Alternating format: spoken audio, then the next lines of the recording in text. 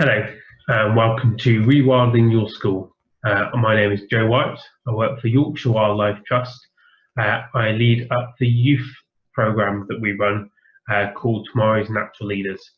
And it's from that experience of working with those young people, 16 to 25, that we've had the opportunity to work with many schools, secondary schools and some primary schools, about how they can rewild their school grounds.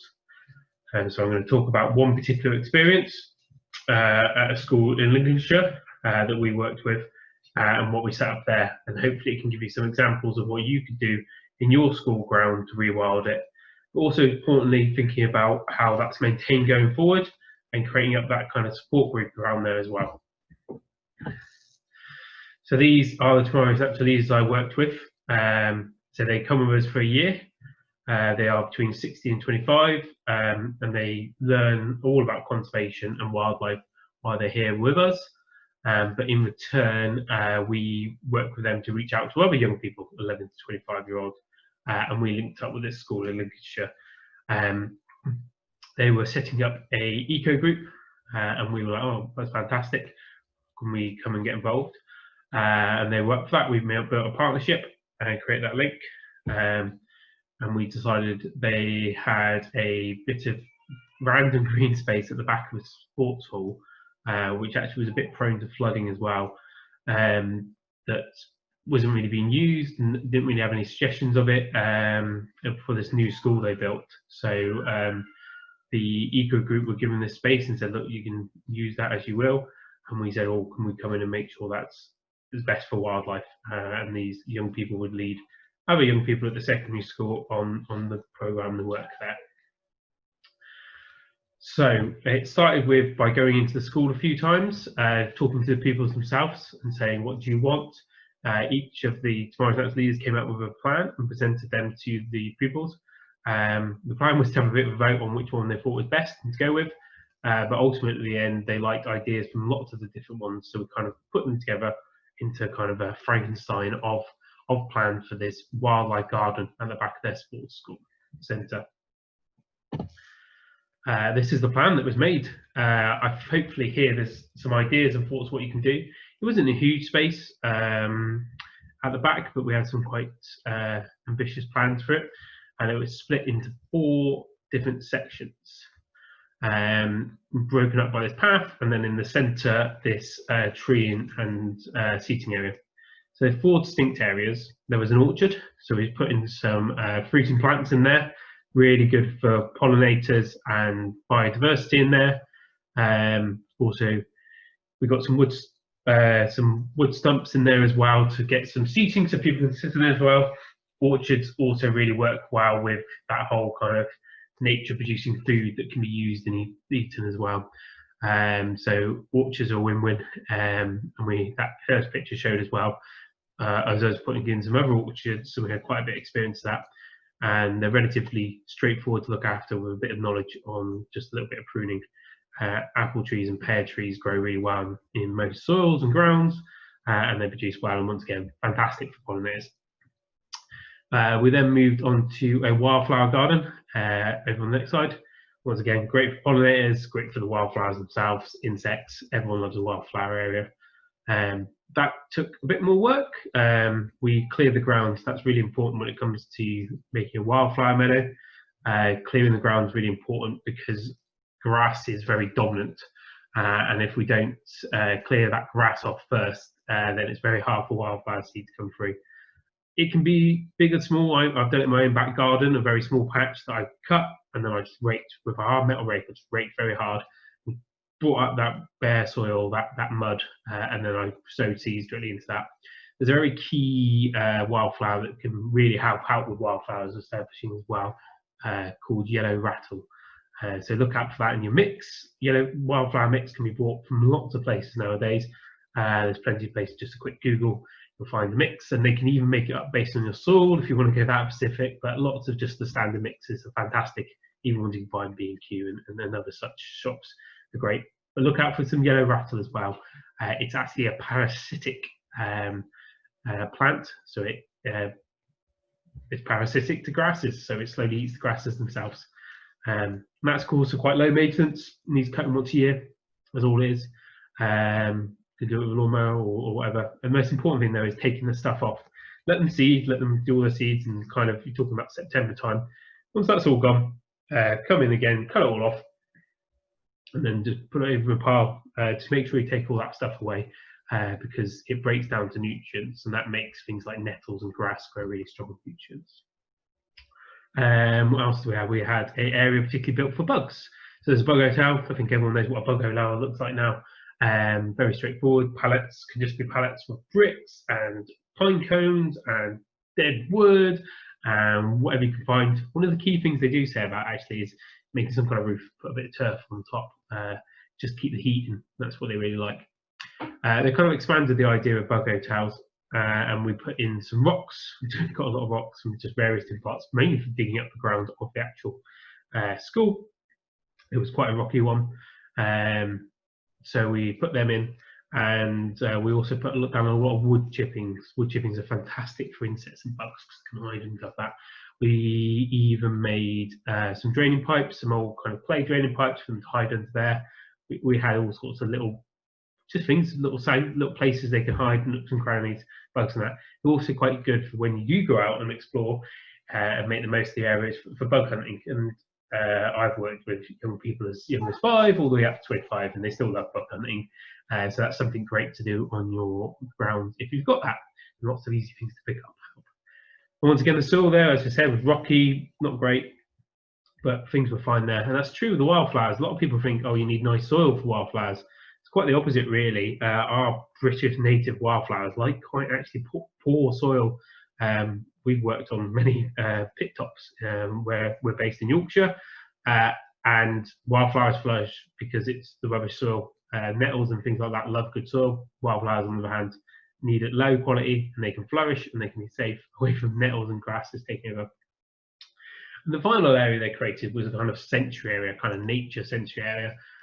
Some of the key things in there was a bird feeder, so birds themselves can come feed and they can hang up food for birds. Some water bowls, that's very key.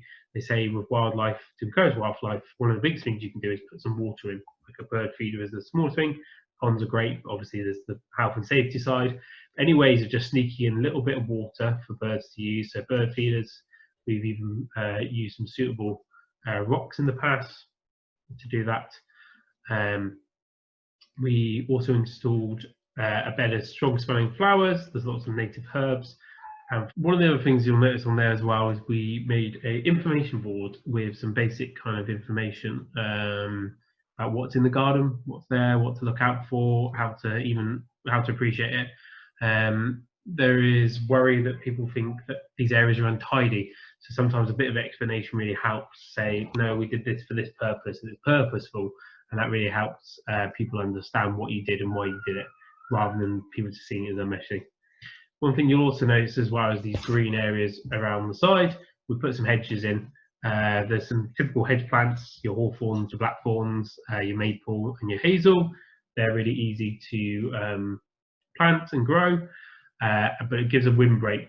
Lots of, particularly in an exposed area, having a windbreak, so smaller trees and flowers and that have a bit of a break from the wind is a must. So we did that as well. And this looks nice, defines the area as well, so that's all very good. So these are just some of the small things we did as well, and we also put in some sensory area. We put in some wind chimes in an archway, and we also allowed some climbers up there. So we want to kind of mix lots of different areas for people to engage with. At the centre we had a lovely, I think we put in a lovely cherry tree with some wood sitting around there so people can use the space as well. Hopefully you can see that none of this stuff was too big. We were fortunate to have space to put 4 different areas in, but each one of these spaces, you know, in a school would be amazing for wildlife. They all offer something different, something simple like a bug hotel as well. But hopefully you can see it's not massive things, they're not too expensive, they're quite straightforward, and something that you could take maybe some ideas to do in your school grounds. I just want to highlight the 3 simplest, I guess. Bug hotel, Google bug hotels, there's loads of images, loads of things you can do, loads of advice and tips.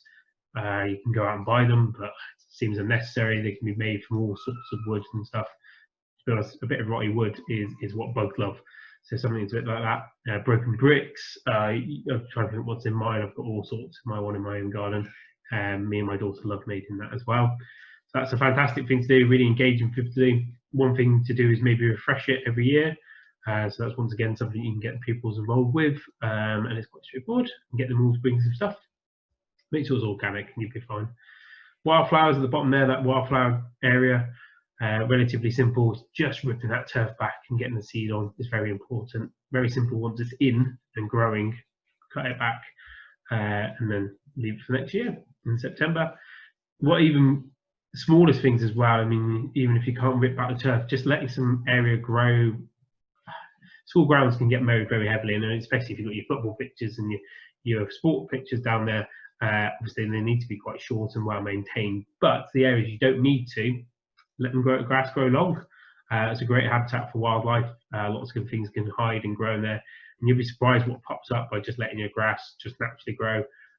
All sorts of things will come in, not just wildflowers, insects, say frogs and toads and all that love hiding in grass as well. Mushrooms will pop up. You can really just mess them in, even just the sides, let them grow wild, and let that grass grow naturally. And planting trees, again, saplings are so cheap, you know, you're talking pence to buy a sapling, put a hole in the ground, it helps if it's muddy, makes it a lot easier. Get a spade, wiggle it, put the sapling in, squeeze it back over and again. Guards, we see in the image here, we're putting some guards on, down to how likely you think you can get things like deer. I mean, that's the biggest thing for us on our nature reserves, is that we get deer that come and graze the baby plants. Rabbits do it as well. But if you like school grounds and live in an urban aspect, it's probably unlikely you're going to get these things. So maybe they even need guards. You can just put the saplings in. Or another tactic we've been moving to recently is put more in than you expect. Expect some failure in there, because obviously it reduces the plastic. Kind of moving away from guards because of plastic. But yeah, quite cheap, these trees. Put them in slots, sit them in there, they'll grow. Expect some to die, that's just nature's working its way through. But if you put enough in, you'll start growing some ones there. And I'm a big fan of orchards, as I said. You might want to look after them a bit more, because they are a little bit more expensive to buy.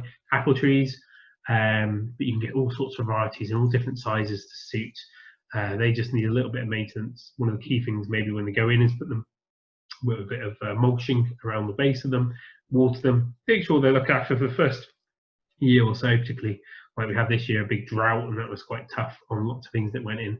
But once it's established, they're very easy to look after, and maybe just prune off anything that looks like it's dying or diseased, and that will grow and grow, and you'll have lovely fruit. Give it, depending on the size of the tree, it could, you know, you could get going, you could have fruit in your first year. So hopefully there's some nice little small ideas about what you could do in your garden, in your school grounds. Bug hotels can fit in anywhere, squeeze one in somewhere, even on walls. I've seen them attached to walls, or bee, and those ones are quite heavily bee-based with all those little holes in there. Bee hotels are really popular as well, and they can even attach to walls, or even I've seen wildflowers in window boxes. There's loads of possibility where you can grow these things. It doesn't have to be a school field. It could just be an area of the school that's outside, put a bug hotel in, maybe put a window box in with some wildflowers. One thing we did do, and I think is kind of useful to know, is that we, so as I said, there was this eco group starting up at the school, and we said, oh, can we get involved? Which meant that we have an instant group of students that were keen to maintain and do the work, and that's really important as well. You know, if a group of teachers went off and did it, there's no kind of buy-in from the students. That eco group was great because it was across years as well, so that mean there was some of the year 11s and they all go and then no one's to maintain it. But also we did it with them, so they understood what they put in and why they put it in and how to look after it and how to work on it. And then with some of the year 7s to 8s, and that means in future years they can keep an eye on it and then they can pass on that knowledge. So really big fan of this club. Great club idea. Get a club set up, an eco club or whatever you want to call it, wildlife club, to help you maintain these areas as well, and do it with them so they know how to maintain it and look after it, and they respect it as part of their ownership.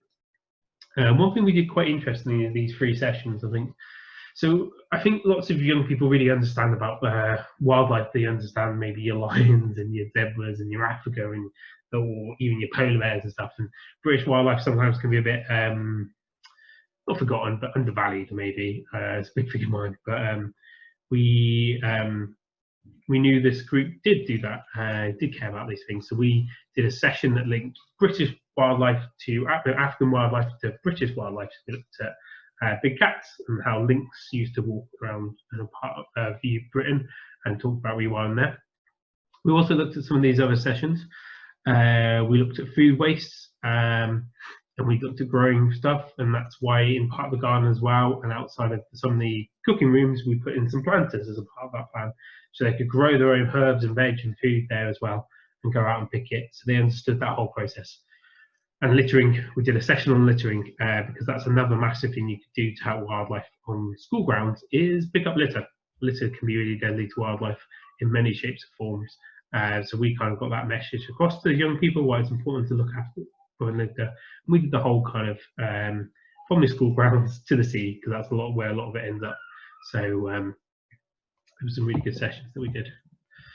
So I said about the eco group. Having an eco group or club that that can look after is great. We left them with a management plan, so this is how you manage it for the next 3 years. So a document saying this is what you do to look after the wildflower area, and this is what you live with. Lots of this stuff is really straightforward, and it can be found when you put them in, you know, and even on the back of packets and instructions and stuff like that. We left them with risk assessments. They understood kind of the importance of each task, and we also, where possible, we left them with the tools, so your spades and your loppers and your shears and all those things. We said, look, these are yours, they're yours to maintain, so there's no barrier there. They can just come and get involved and use them. Cool, I need to wrap up. So we were asked to make these 3 points at the end. So a vision and a statement of the world we would want. I guess we would want an area for wildlife in all school grounds. We talk a lot in the Wildlife Trust about living landscapes, linking up nature reserves to people's front gardens, to back gardens, and linking up to roundabouts and farmers' land, and schools are a part of that as well. Lots of places for wildlife to be, rather than special little nature reserves, because wildlife moves. It doesn't care if you put a fence up, it tends to go through it. So everywhere that we can have wildlife friendly, the better. So a pledge I will ask you to do is link to that is make an area for wildlife in your school ground, anywhere, big or small, whatever you can do. Put a bug hotel, put in a planter, that small thing. If you've got a massive bit of green space, make a whole area, stick multiple things in there. Do work with your pupils, work with your teachers, Google, work what you can, even work with your local wildlife trust or similar wildlife organisation. Link up with them, I'm sure they'll be more than happy to work with you and kind of put something in that really benefits wildlife, big or small, make a small little effort. So a call for world leaders, give wildlife and young people the respect they deserve, and I think that speaks for itself. We need wildlife, we need young people as well. So let's all work together with young people for wildlife. It's all it's all linked together. It's all going to make this planet better and our future better. Right, hopefully that was interesting. I hope you guys found that useful, and hopefully go out and do something small and wild in your own school grounds. Right, thanks for your time. Bye.